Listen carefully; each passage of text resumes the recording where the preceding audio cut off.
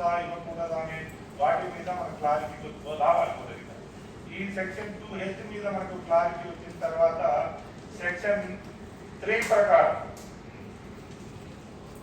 ఎవరైనా దరఖాస్తు పెట్టుకోవచ్చు. ఉదాహరణకు చిన్నపిల్లల నుండి పంట ముసలుల వరకు కులాలకు అతీతంగా మతాలకు అతీతంగా ఏ కులం ఏ మతం తారతమ్య భేదాలు లేకుండా సెక్షన్ 3 ప్రకారం ప్రతి పౌరుడు దరఖాస్తు పెట్టుకునే హక్కు వాళ్ళ సమాజాల హక్కు చట్టంలో పొందపరచడం జరిగిందనే విషయాన్ని మనం గుర్తు చేసుకోవాలి.